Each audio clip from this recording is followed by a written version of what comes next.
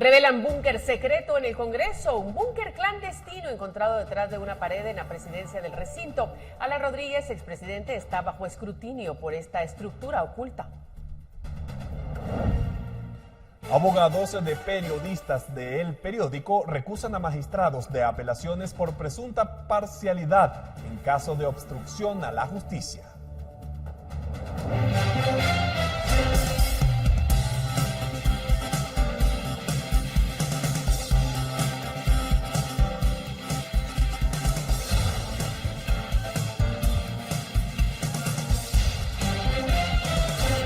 Bienvenidos a la emisión estelar de Noticiero Guatevisión de este miércoles. Gracias por acompañarnos o por su fiel sintonía todos los días luego de Soñando en Familia a las 9 en punto allí. Atentos a las noticias. María Luisa, buenas noches. Buenas noches para ti, Alberto, para todos ustedes. Qué bueno que están con nosotros porque hay mucha información y si les parece vamos a ir de inmediato.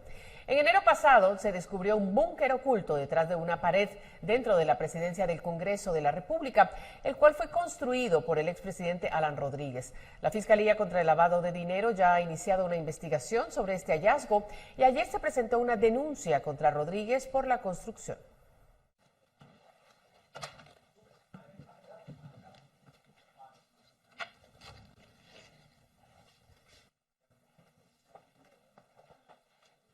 Este era el pasadizo secreto hacia un búnker, el cual fue descubierto en enero pasado dentro de la presidencia del Congreso de la República. Un sillón colocado sobre la pared hacía que dicho pasadizo pasara desapercibido. Una placa en el interior del búnker delata como su autor al expresidente Alan Rodríguez. Este lugar no está en ningún registro, estamos haciendo varias investigaciones.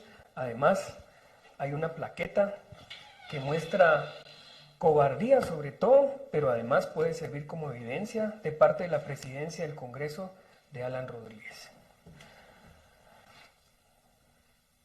Innecesaria cantidad de gavetas. Hay un bar que todavía tiene una copa. Los diputados cuestionan el uso dado al lugar derivado de los objetos encontrados. Para guardar otro tipo de cosas.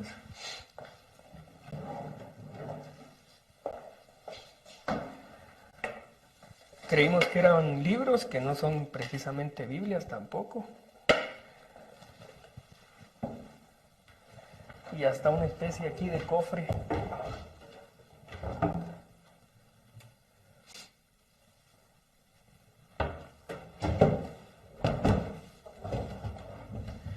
Que el Ministerio Público va a tener que investigar qué objetivos tenía este lugar.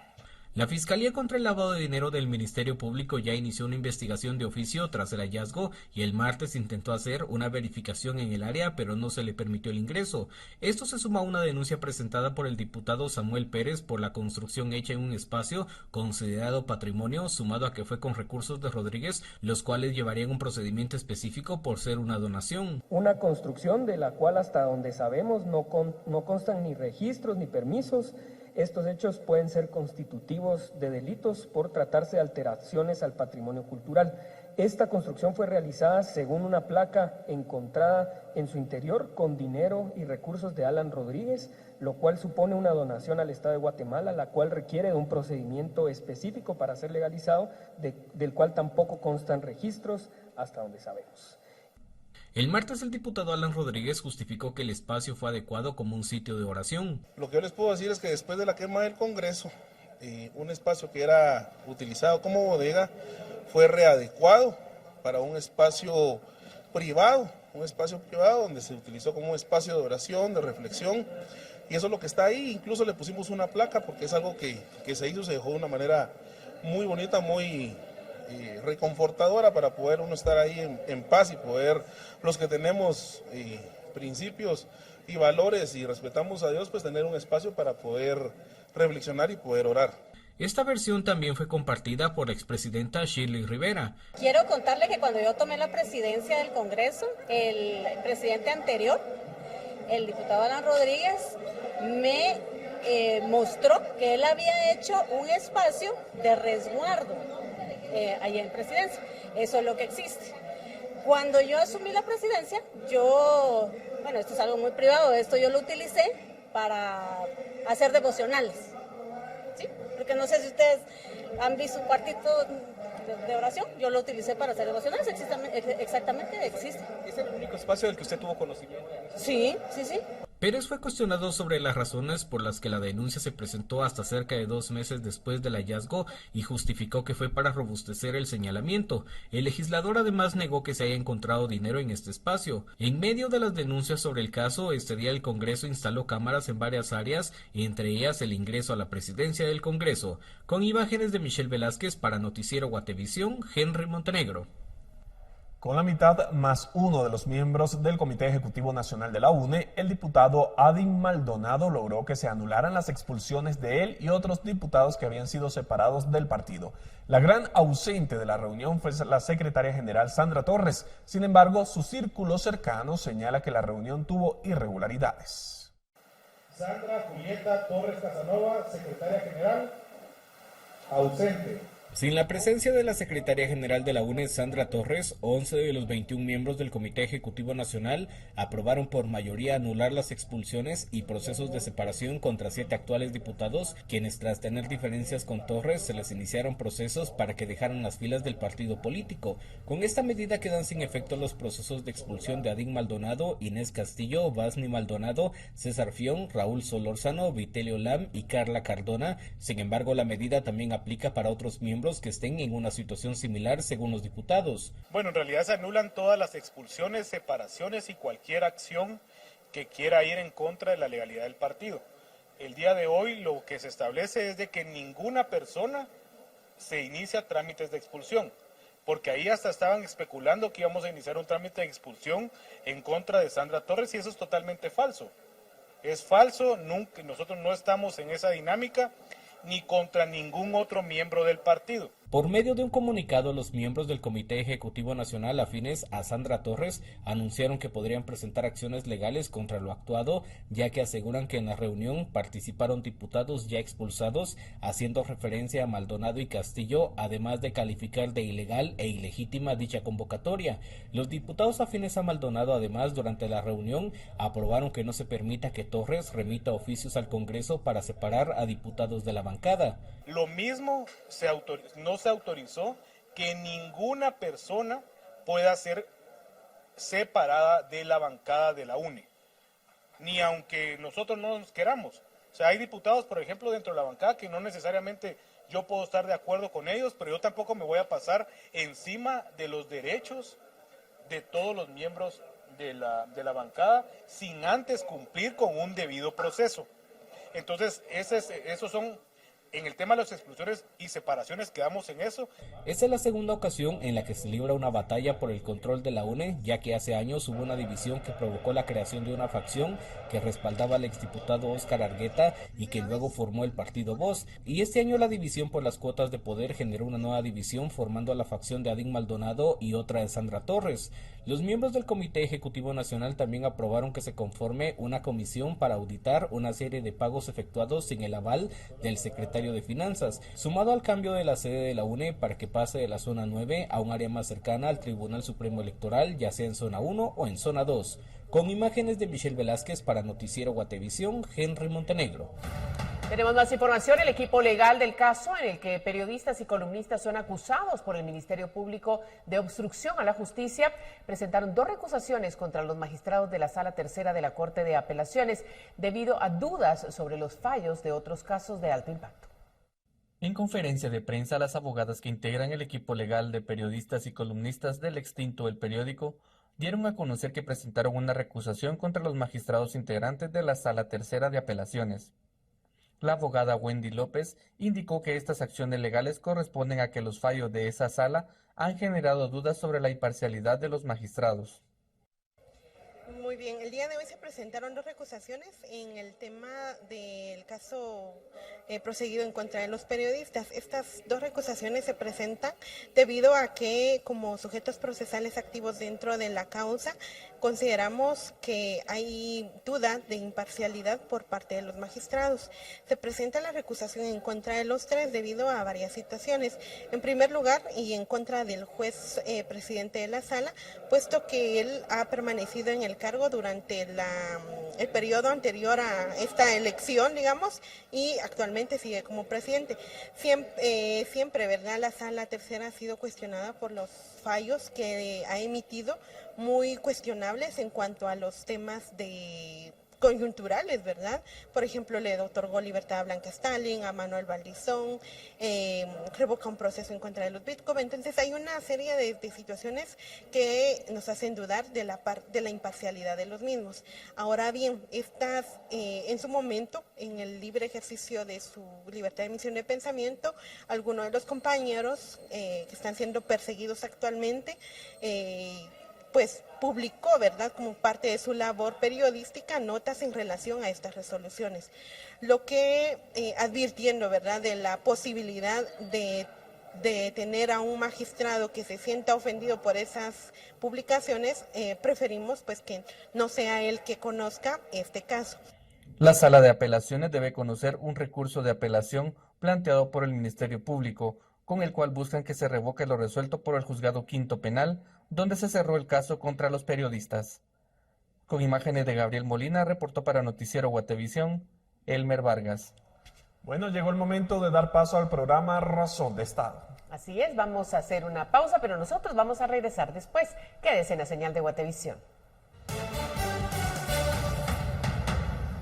CEPAL advierte sobre desafíos en Guatemala, bajo crecimiento, desigualdad y necesidad de inversión pública. Secretario Ejecutivo destaca potencial turístico y la importancia de fortalecer leyes y seguridad para su desarrollo. Al regresar, lo revisamos.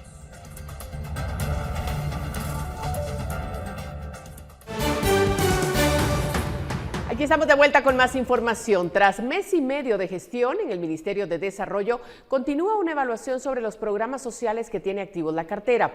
Los primeros datos arrojan un bajo número de guatemaltecos beneficiados.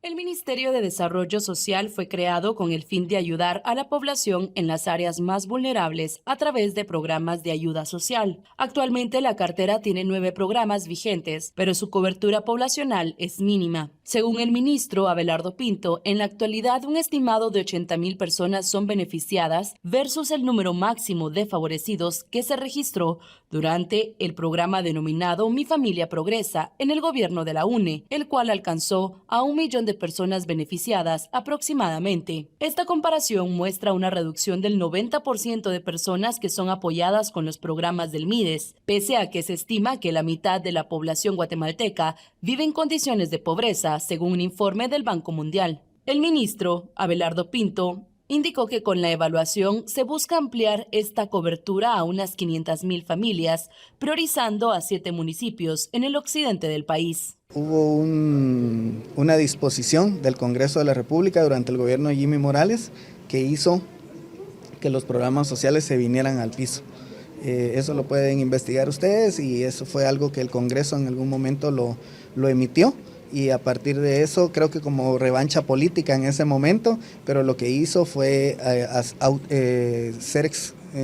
excluir a muchos de los beneficiarios y aparte de eso, emitir criterios como por ejemplo que una persona beneficiaria de un programa social no podía tener NIT, por ejemplo, algo que es incongruente. Pinto explicó que el análisis de los programas no está encaminado a eliminarlos, sino a mejorar su ejecución y eficiencia para grupos vulnerables, y aseguró que la normativa vigente sí permite captar de nuevo a los beneficiarios. Además, se tiene previsto efectuar un registro social de hogares, con el que se pretende caracterizar los niveles socioeconómicos en el área rural. Con imágenes de Juan Diego González, para Noticiero Guatevisión, reportó Leslie Sánchez.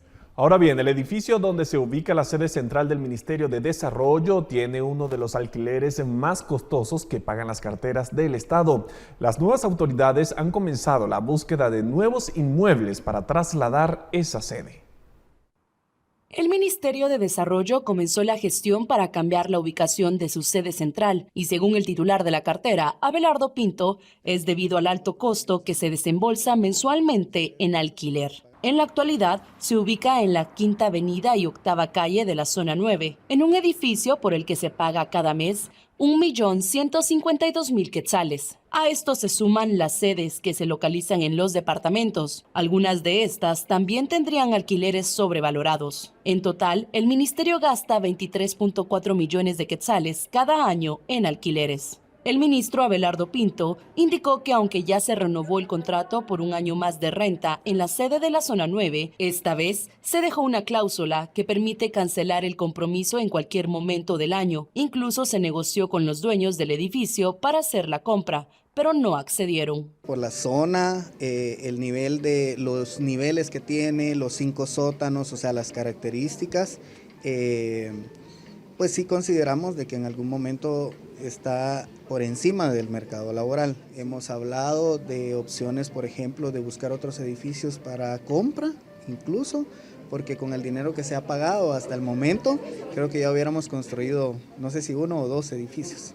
Entonces, estamos viendo posibilidades, por supuesto, no podemos hacerlo de manera abrupta porque tenemos más de 1.000 empleados acá. El funcionario agrega que otra posibilidad es adquirir un préstamo para construir un edificio que sea propiedad del Estado. Aunque no hay garantía de que la sede en Zona 9 pueda cambiarse este año, Pinto aseguró que en el caso de los departamentos, el cambio se hará efectivo en 4 meses. Hemos encontrado algunas que sí están sobre el valor del mercado, las cuales están en revisión y también estamos tratando de ajustarlas o de buscar nuevos lugares. Entre los aspectos a tomar en cuenta para el nuevo edificio se incluye que haya acceso para personas con discapacidad y para resguardar la flota vehicular del ministerio, sumado a que existe una deuda de 40 millones de quetzales sobre sentencias que obligan al ministro a reinstalar a trabajadores que fueron despedidos, la mayoría en 2016 bajo el gobierno de Jimmy Morales. Con imágenes de Juan Diego González para Noticiero Guatevisión, reportó Leslie Sánchez.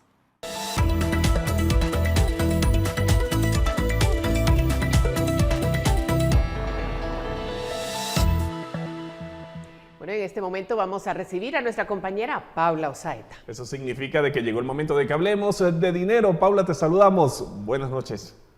María Luisa, Alberto, buenas noches. Qué gusto acompañarlos en esta emisión de miércoles. Hoy les quiero contar que el Banco de Guatemala informó que en febrero de 2024 las remesas crecieron un 10% más que febrero del año pasado. Asimismo, dieron a conocer que junto al INE trabajarán en la encuesta nacional de empleo e ingresos continua.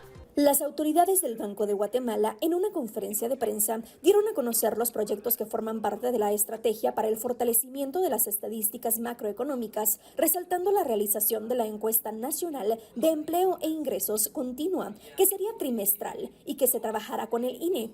Para este tipo de encuestas, el Banguat pagará al INE por los servicios, y en 2024 la cifra es de alrededor de 11.4 millones de quetzales. Lo que se va a hacer entre enero y marzo es identificar a qué áreas, a qué regiones, a qué municipios, dentro de cada municipio, a qué aldeas se va a ir a hacer la encuesta.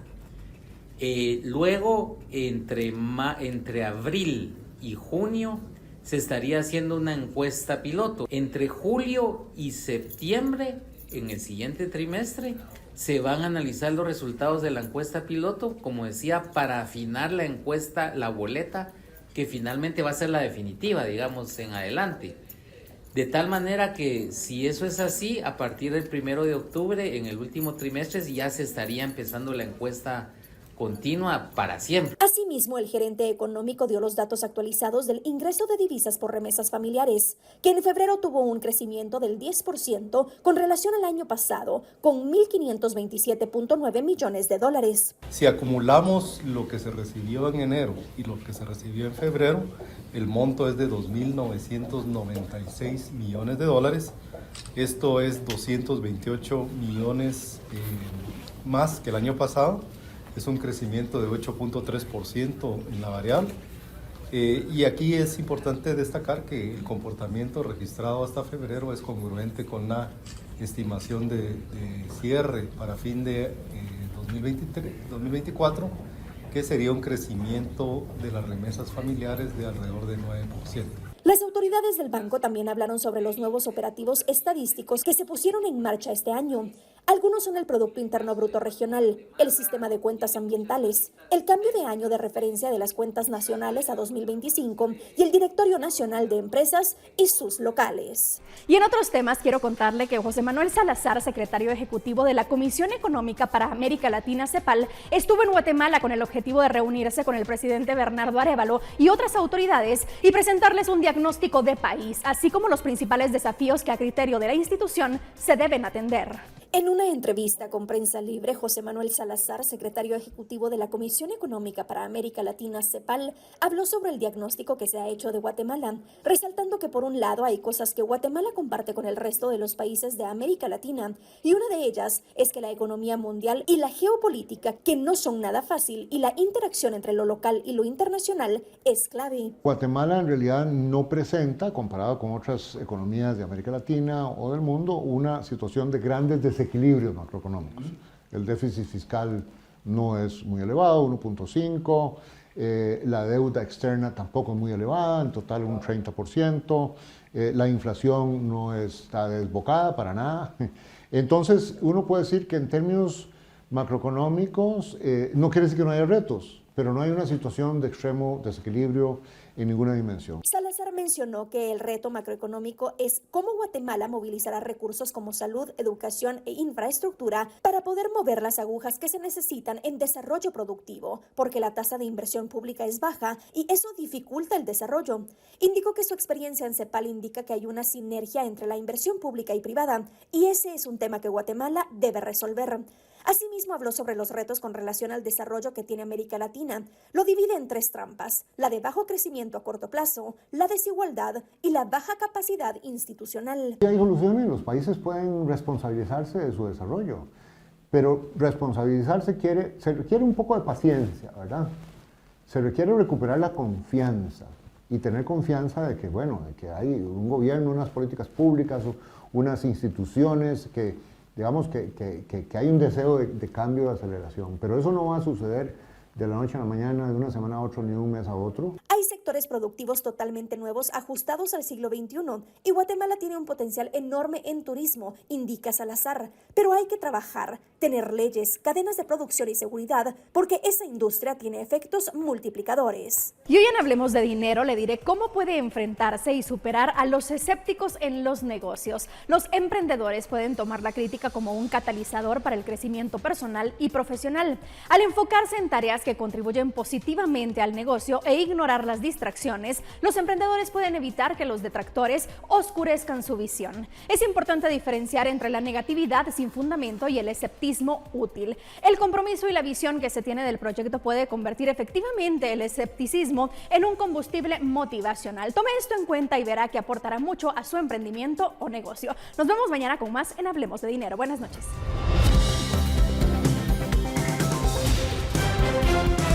Tenemos nuestro segmento de Guate Reporta. Gracias a todos quienes nos han enviado sus mensajes. Erika Alvarado se reportó de Villanueva y nos envió imágenes que muestran el botadero ilegal de basura que se ha convertido en la calle principal de ingreso a la central de mayoreo Centrasur. Nuestra televidente pide a las autoridades de Villanueva actuar para recuperar el ornato en este sector y también que tomen acciones para multar a las personas que cometen esta contaminación.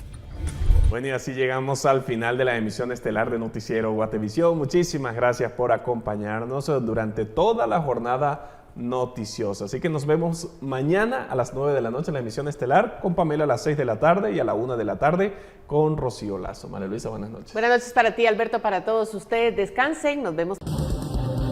Noticiero Guatevisión.